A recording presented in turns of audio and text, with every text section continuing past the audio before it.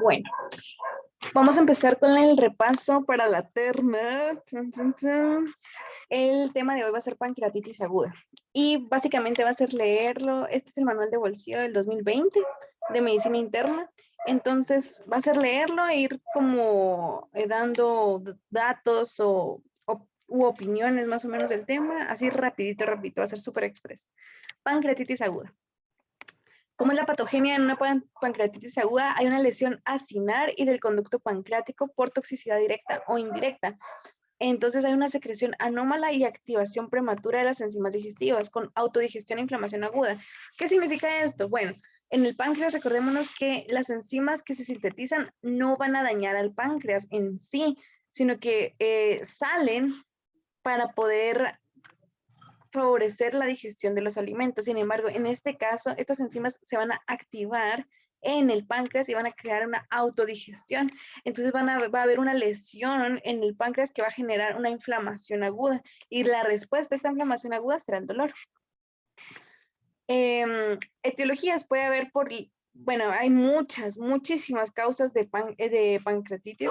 La más común es la litiasis biliar, se da más que todo en mujeres en comparación a los hombres y generalmente se trata de cálculos pequeños, son menores de 5 milímetros o una microlitiasis con barro biliar. La pancreatitis alcohólica se da en el 30% de los casos y es más común que sea en hombres que en mujeres, porque el alcoholismo es más común en hombres que en mujeres, aunque cada vez pues, se va nivelando más esta cantidad de personas, pues sigue siendo mayor en hombres. En quienes más o menos en los que consumen de 4 a 5 bebidas al día durante más de 5 años. O sea, sí ya es algo crónico, ¿verdad? No es por embriagarse o algo así, sino ya es una persona que ya ha tenido un consumo abusivo de alcohol durante 5 años. En general, esto puede ser crónico y con exacerbaciones agudas. Por eso, de hecho, hay muchos pacientes alcohólicos que tienen pancreatitis a repetición, ¿verdad? Metabólica.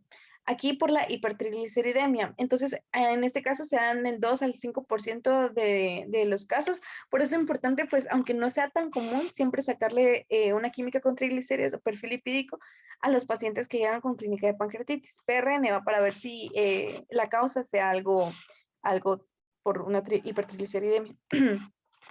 ¿De cuánto estamos hablando? Más o menos de 1000. Un triglicéridos arriba de 1000. Ahí ya podemos creer nosotros o suponer que pudo haber sido por los triglicéridos que generaron la pancreatitis. O sea, los niveles tienen que ser altos, ¿verdad? Y aquí podemos pensar en una hiperlipidemia familiar tipo 1 o 5 o una hipercalcemia. Hay fármacos también que generan pancreatitis. Esto va a ser súper poco común, más o menos en menos del 5% de los casos. Aquí los fármacos más utilizados.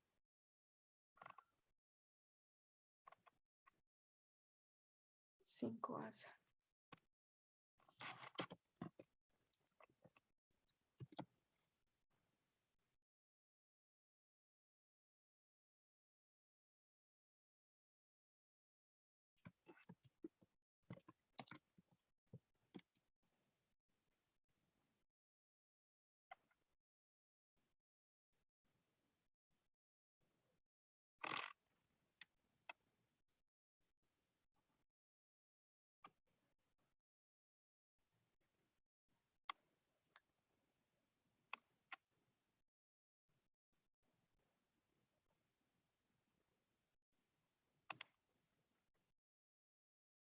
Antiinflamatorios de la mucosa del colon, 5 aminosalicilatos.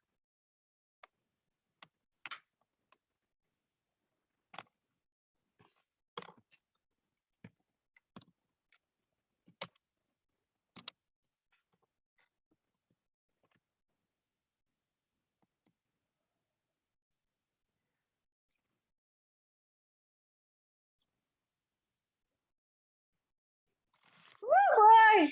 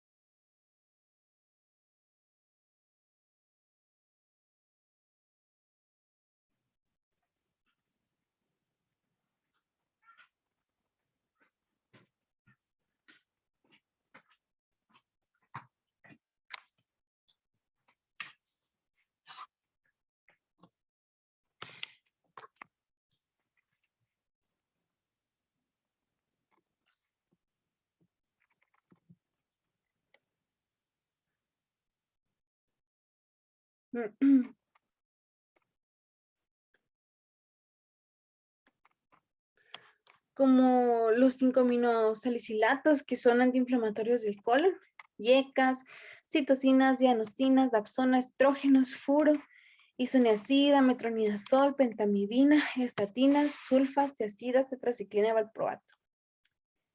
Anatómicamente sería un páncreas divisum, que es un páncreas anular, quistes de duplicación duodenal, disfunción del esfínter de Oddi, algo autoinmune, por supuesto, siempre. Si fuera algo familiar, podría ser sospechar, si tuviera en un inicio temprano, más o menos menor de 20 años, una causa de pancreatitis aguda y crónica. Infecciones como por Ascaris o clonorquiasis, Coxsackie-virus, citomegalovirus, Epstein-Barr, VIH, parotiditis, micoplasma, TB, toxoplasma, que puede haber algo que puede haber sido inducido por isquemia. En este caso, pues el paciente puede estar en shock o por una vasculitis o por émbolos de colesterol.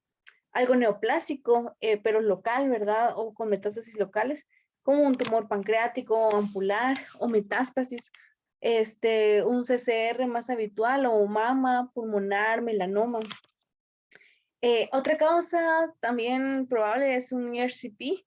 Entonces aquí puede ser en un 5% de las personas. La profilaxis con indometacina rectal puede disminuir los síntomas y un stent temporal del conducto pancreático si el riesgo fuera alto, es lo que se recomienda para evitar esta complicación, ¿verdad? Algo postraumático como un trauma abdominal cerrado o una cirugía biliar o pancreática, que pues básicamente sería como lo del ERCP, ¿verdad? Manifestaciones clínicas. ¿Cómo va a estar mi paciente con pancreatitis? Imaginémonos, o sea, se está autodigiriendo el páncreas, se está lesionando el mismo, hay una gran inflamación, entonces si hay inflamación tiene que haber dolor. El dolor abdominal sería epigástrico o en hipocondrio izquierdo. O en el cuadrante superior izquierdo del abdomen, ¿verdad? Esto en el 90% de los casos. Solo el 50% se presenta con dolor clásico en banda irradiado a la espalda. Eso es lo que siempre pensamos, ¿verdad? Un dolor en banda irradiado a la espalda, pancreatitis, pero no todos se presentan así, solo la mitad.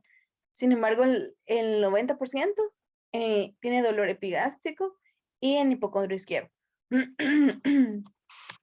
El 10% puede incluso estar sin dolor, pero ¿por qué? Porque utilizan analgésicos, esteroides, o están inmunodeprimidos, o tienen un cambio de estado, alteración del estado mental, están en intensivo y no pueden dar su referencia del dolor, o están posoperados. Por lo tanto, en estos casos, pues la amilasa en lipasa en estos pacientes con shock es inexplicable. Pueden haber náuseas y vómitos en el 90% de los pacientes con sensibilidad y defensa abdominal. ¿Qué significa esto? Que a la palpación y todo, pues ellos van a tener su defensa abdominal. Disminución del peristaltismo intestinal y ictericia, sin caso la causa de la pancreatitis fuese una obstrucción biliar, que de hecho, como vimos, no solo es una causa, sino es una de las principales, ¿verdad? Más del 40% es por litiasis biliar. Entonces, en estos pacientes ya nos orienta no solo al diagnóstico, sino a la causa del diagnóstico, que sería pues algo, una coleocolitiasis, por ejemplo. Los diagnósticos diferenciales que podemos pensar en un cuadro clínico similar que tenga estas características, pues nos puede hacer pensar en una colecistitis aguda, en una víscera perforada, en una isquemia mesentérica, en una obstrucción del intestino delgado o una isquemia, una disección aórtica distal, un embarazo ectópico roto, prácticamente las causas de abdomen agudo, ¿verdad? Fase inicial tenemos en menos de una semana. Cuando se da esta fase inicial hay posible riesgo de un SRIS con fallo orgánico, ¿verdad? Y está la fase tardía, que es más de una semana y ya con complicaciones locales. Entonces, ¿qué estudios vamos a realizar con estos pacientes? ¿Qué estudios de imagen? Bueno, pues primero, para el diagnóstico se requieren 2 de 3 de las siguientes cosas. Número 1, que tenga un dolor abdominal característico, ¿verdad? Que habíamos dicho que era epigastralgia, dolor en cuadrante superior izquierdo, e idealmente en la mitad de los casos que se irradie en banda, en hemicinturón ¿verdad? Hacia el dorso. Que tenga la lipasa y la amilasa 3 veces el límite de su valor normal y que tenga estudios de imagen positivo. Con 2 de 3 de estos criterios, entonces ya podemos decir que mi paciente tiene pancreatitis. Los laboratorios, los niveles de amilasa y lipasa no se correlacionan con la gravedad de la enfermedad, o sea, no es como que, por tener una amilasa 7 veces su valor normal, mi paciente está peor. No es así necesariamente. La amilasa puede aumentar en horas, en horas. Se normaliza en 3 a 5 días más o menos y esto es más rápido que la lipasa. La lipasa es más lenta de normalizarse. Pueden haber falsos positivos y negativos. Falsos negativos porque 20% de las pancreatitis por alcohol y en el 50% de las hipertrigliceridemias hay una interferencia en el análisis y entonces nos puede dar pues el falso negativo y darnos una amilasa normal. Ahora, un falso positivo nos puede dar por otros procesos abdominales o de glándula salival. Imaginémonos un paciente con parotiditis, ¿no? Nos aumentan los niveles de amilasa. Acidemia, disminución del filtrado glomerular, macroamilasemia. Entonces, estos casos nos van a aumentar los niveles de amilasa y no estamos pensando necesariamente pues en algo pancreático. Lipasa, la vida media es más prolongada que la de la amilasa, entonces dura más de 3 a 5 días en normalizarse. Más de 3 veces su límite superior normal, tiene una sensibilidad del 99% y una especificidad del 99% para pancreatitis aguda. O sea, la lipasa es la clave, es la clave. Si la lipasa está alta 3 veces más que su valor normal, ya tenemos definido de que lo más probable es que estemos cursando con una pancreatitis. Si tuviera más de 10,000 de lipasa, entonces tiene un valor predictivo positivo del 80% para un diagnóstico biliar. Entonces ahí ya podemos ver no solo de que el paciente está cursando con una pancreatitis, sino y a la causa específica de esta, ¿verdad? Que sería una causa obstructiva biliar. Un valor predictivo negativo del 99% para consumo de alcohol. Este también puede tener un falso positivo, que en este caso sería por insuficiencia renal y otros procesos abdominales como una cetocidosis diabética, VIH, macrolipasemia. Si se dan cuenta, tanto el aumento de lipasa como de amilasa se puede dar como un falso positivo cuando el filtrado glomerular está bajo, ¿verdad? Si se altera más de 3 veces su límite superior normal, tiene un valor predictivo positivo del 95% para pancreatitis biliar. ¿Qué pruebas de imagen le podemos hacer a mi paciente con pancreatitis? Bueno, le podemos hacer un ultrasonido abdominal. Generalmente esto no es útil para visualizar el páncreas. No se observa por el gas intestinal, pero se debe solicitar en todos los pacientes. ¿Para qué? Para descartar una etiología biliar. O sea, no es para ver páncreas, no es para decir, sí, ya vi que páncreas está inflamado, pancreatitis. No, sino es para ver si, bueno, mi paciente tiene pancreatitis como por epidemiología, por prevalencia. Yo sé que la mayoría de las causas de pancreatitis son por obstrucción biliar, entonces yo le hago una ecografía para descartar una etiología biliar. Por ejemplo, una litiasis, una dilatación del conducto biliar, por eso. Un ataque abdominal. ¿Es necesario hacer un ataque a mi paciente con pancreatitis? No se recomienda para la evaluación inicial, al menos que el diagnóstico sea dudoso. Entonces, hay indicaciones específicas para hacer mi TAC, como una complicación local, aún no visible y posibilidad de una enfermedad renal crónica con contraste, ¿verdad? Sin embargo, si el dolor es persistente o hay un deterioro clínico después de las 48 a 72 horas, eso es importante. O sea, mi paciente ya está en APO, ya está hidratándose y el dolor persiste, entonces ya se hace el ataque en 48 a 72 horas para descartar complicaciones locales, ¿verdad? Para ver si no hay necrosis o ya colecciones y que mi paciente tenga algún foco, ¿verdad? Y sea necesario iniciarle algún tipo de antibiótico. Resonancia. La resonancia puede detectar también necrosis. También se utiliza para evaluar litiasis y disrupción ductal. Y la ecografía endoscópica, ¿verdad? Que es útil para la enfermedad biliar oculta como una microlitiasis. Recordémonos que habíamos dicho que en la mayoría de las causas, cuando esta pancreatitis sea por algo litiásico, generalmente los cálculos son pequeños, de menos de 5 milímetros, ¿verdad? Ok.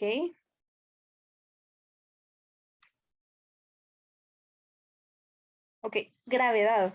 Entonces, la gravedad está definida por la presencia de insuficiencia orgánica y las complicaciones sistémicas o locales, como necrosis pancreática, colecciones líquidas, obstrucción de la salida gástrica, trombosis esplénica y trombosis venosa profunda. Entonces, la gravedad la vamos a ver en leve, moderado y grave. El leve son la mayoría de los casos. El 80% de las pancreatitis son leves, sin insuficiencia orgánica o complicaciones locales sistémicas y con baja mortalidad. Puedo tener una pancreatitis moderada cuando hay un fallo orgánico, pero transitorio. Entonces, sí, hubo un fallo, pero menor de 48 horas. Tengo 2 días de ventana para poder decir, mi paciente está en un fallo transitorio o persistente. Y de eso depende si mi pancreatitis es moderada o grave. Con o sin complicaciones locales o sistémicas de alta morbilidad. Grave ya es un fallo orgánico persistente mayor de 48 horas con mortalidad muy elevada. Lo bueno es de que pues estadísticamente esto es poco, ¿verdad? La mayoría de los casos, como les comentaba, son leves, el 80%. Entonces, considerando esto, tenemos un pronóstico para nuestros pacientes y vamos a tener 3 escalas para valorar este pronóstico. Está la escala de Ranson Apache 2, que predice la gravedad hasta las 48 horas usando múltiples criterios fisiológicos y tiene un valor predictivo positivo bajo. Entonces, lo vamos a ver acá. Ranson Apache 2.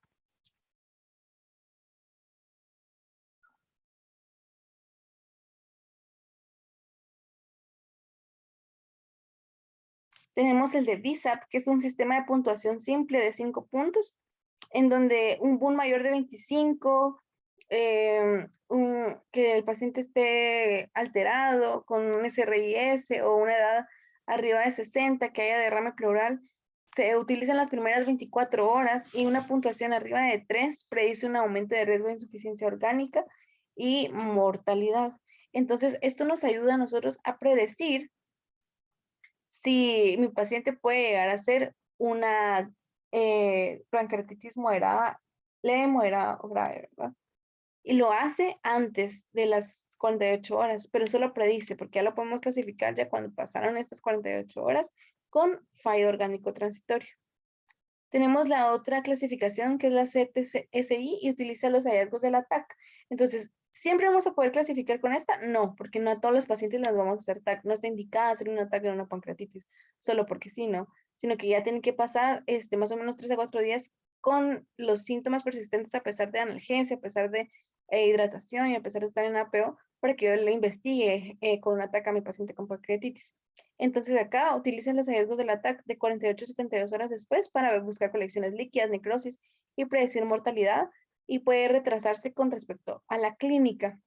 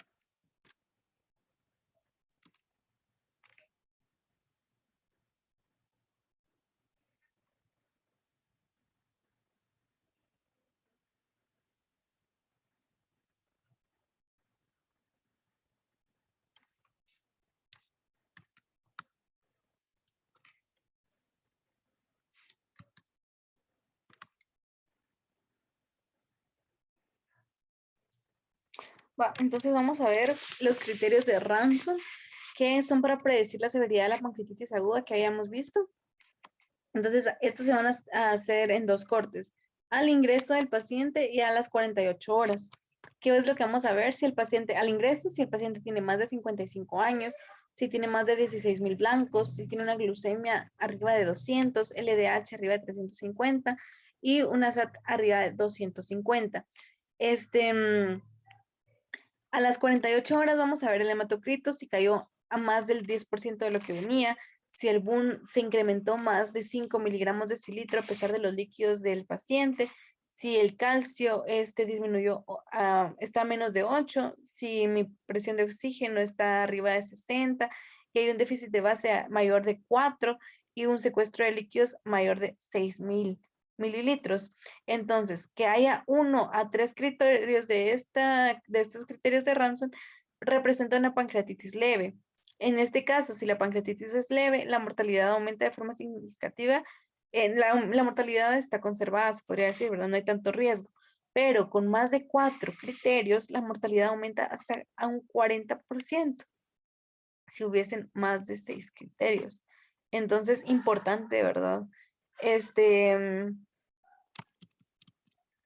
Acá los otros criterios o clasificación estaba la de VISAP. En este caso, pues vamos a ver el BUN, si está arriba de 25 miligramos de cilitro, si hay alteración neurológica con un Glasgow menor de 15, si hay evidencia de que haya un SIRS, si el paciente es mayor a 60 años y si hay derrame pleural con una imagen sugerente en la radiografía. Entonces, si hay de 0 a 2 puntos, hay una mortalidad baja y si hay de 3 a 5 puntos, hay una mortalidad alta, ¿verdad? Entonces, esto nos va a servir a nosotros pues para predecir el pronóstico de mi paciente, la severidad. El índice de severidad por TAC, que es CTSI, vamos a ver entonces acá el Baltasar. Entonces aquí podemos clasificar en A, B, C, D y E. Entonces, esto es con TAC. A sería un páncreas normal que consistente con pancreatitis leve. B sería un agrandamiento local o difuso de la glándula del páncreas que incluye irregularidades de contorno y atenuación heterogénea, pero sin infiltración peripancreática. Ya el C es pues, un grado B, pero con inflamación peripancreática. Aquí ya hay. En el grado C ya hay inflamación y también hay una colección simple de fluidos peripancreáticos. Y en el E hay colecciones, pero todos son más. E incluso puede haber gas en páncreas o retroperitoneo. Entonces, que sea una A vale 0 puntos, una B equivale a 1 punto y así sucesivamente aumenta. La escala de necrosis, cuando hay 0 puntos hay ausencia de necrosis, cuando hay 2 puntos es una necrosis de al menos 33%, si hubiese 4 sería una necrosis del 33 al 50% y 6 una necrosis de más del 50%. Entonces, se utiliza esta escala, se podría decir que une la escala de Baltasar con la escala de necrosis, que sería este índice de severidad por la TAC.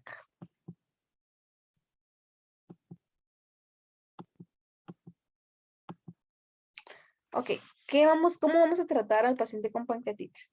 Tenemos primero que hidratarlo, ¿verdad? Aporte de líquidos intravenosos,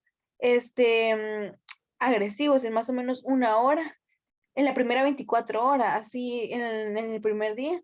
Incluso si fuera leve, se calcula más o menos a 20 cc por kilo y que pase a 3 cc kilo hora. El objetivo es disminuir el BUN, porque ya vimos que un BUN alto es un índice de mal pronóstico en los pacientes con pancreatitis y el hematocrito, ¿verdad? En las primeras 12 a 24 horas.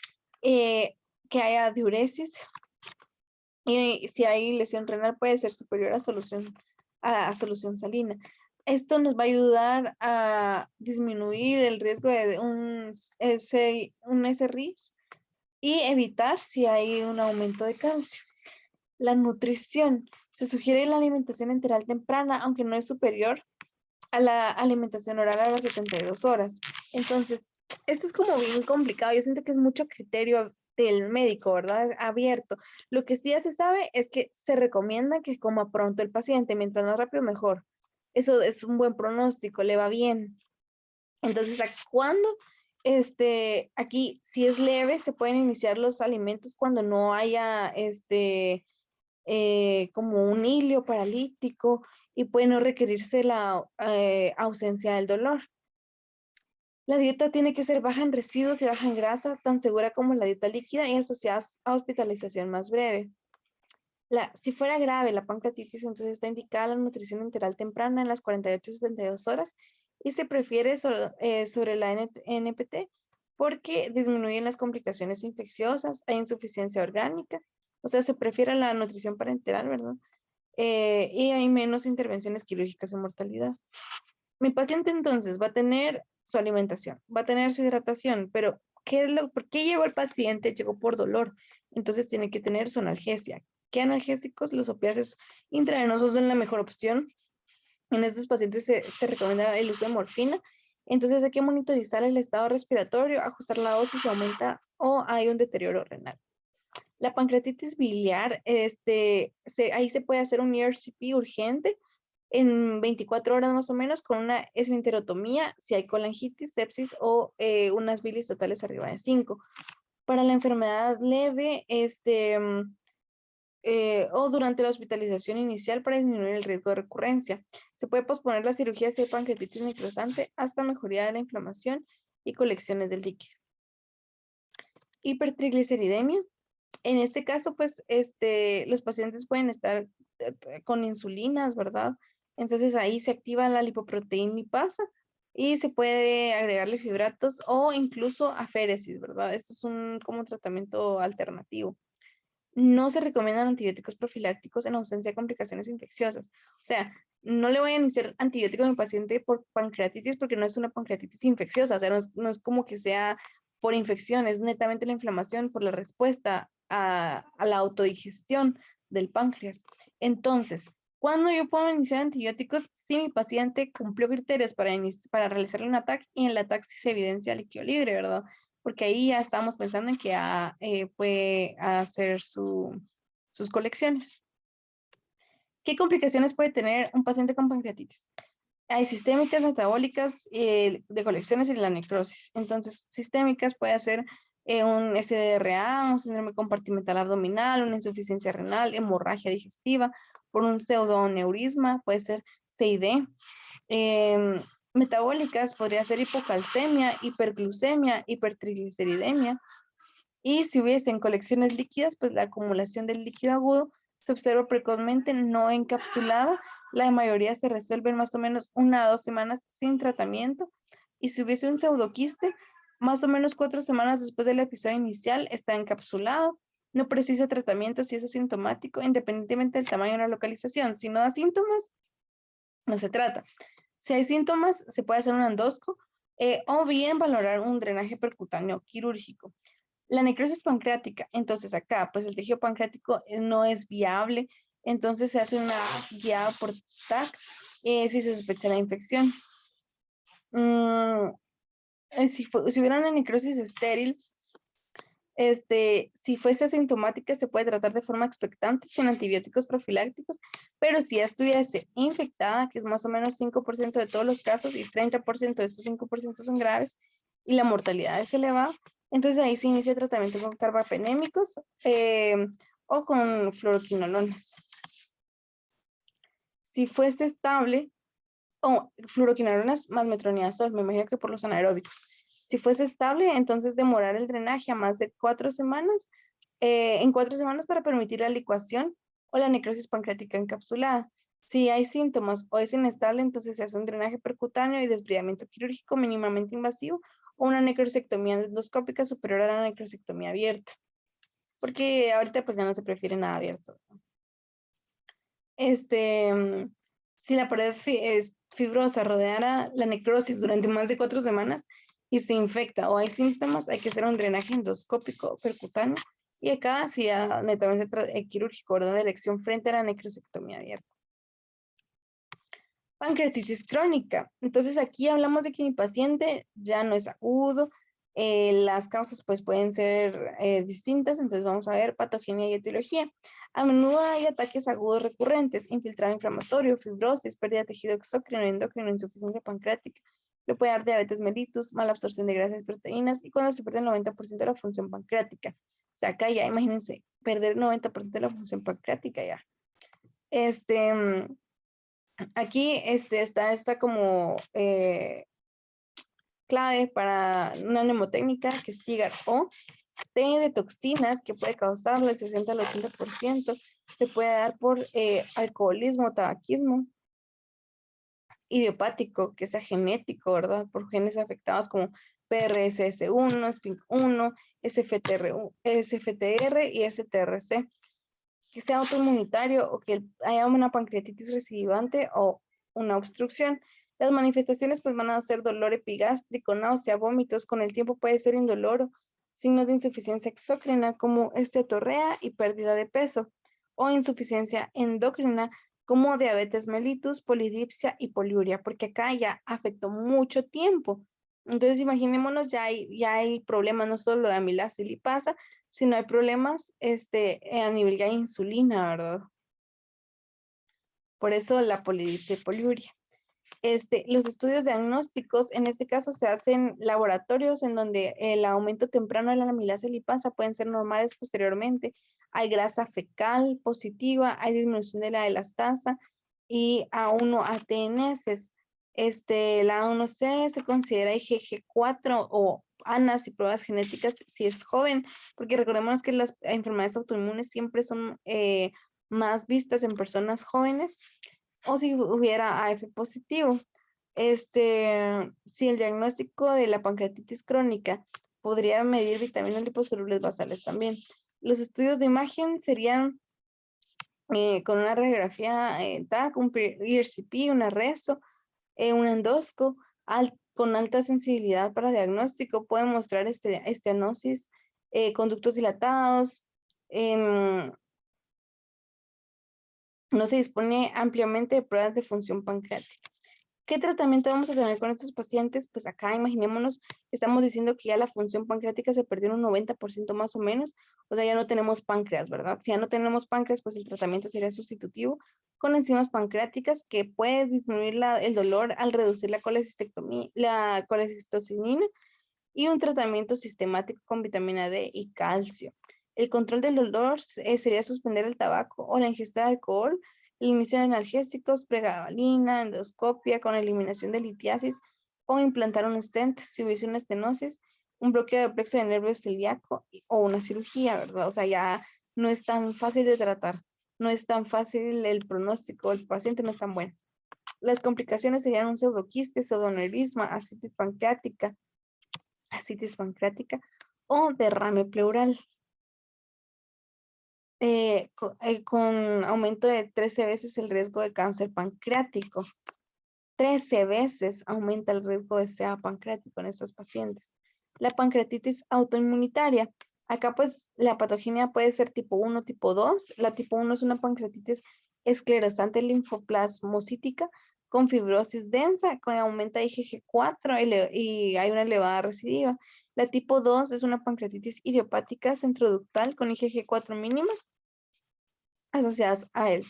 Y tiene menos recidivas. Entonces, ¿cómo hacemos el diagnóstico diferencial en mi pancreatitis autoinmunitaria? Pues primero que cumple para algo autoinmune, ¿verdad? Y luego ya estudiarlo con una IgG4 para ver si aumenta o si están en mínimas, ¿va? Para poderlo clasificar. Las manifestaciones, pues nuevamente sería dolor abdominal que puede presentarse con ictericia obstructiva y una masa pancreática imitando al CA pancreático. Puede ser primaria o asociada con laringitis, la IgG4, y hay una enfermedad de glándulas salivales como el síndrome de Jorgen. Hay fibrosis o hay como mediastínica, nefritis intersticial, tiroiditis autoinmunitaria. El diagnóstico se hace por laboratorios con pruebas de función hepática con coléstasis, que la fosfatasa alcalina sea mayor a la la relación a SAT-ALAT, y que la gamma globulina, la IgG4 ANA positivas, que hayan criterios de HISOR, que haya una histología en la imagen, que haya un páncreas en salchicha, estenosis del conducto biliar, serología, otras afecciones orgánicas en respuesta al tratamiento. El tratamiento en este caso sería una corticosteroides, primera línea, inmunomoduladores y como la ciclofosfamida, si hubiesen recidivas, ¿verdad? Y pues básicamente eso fue la lectura rápida de pancreatitis. Chao.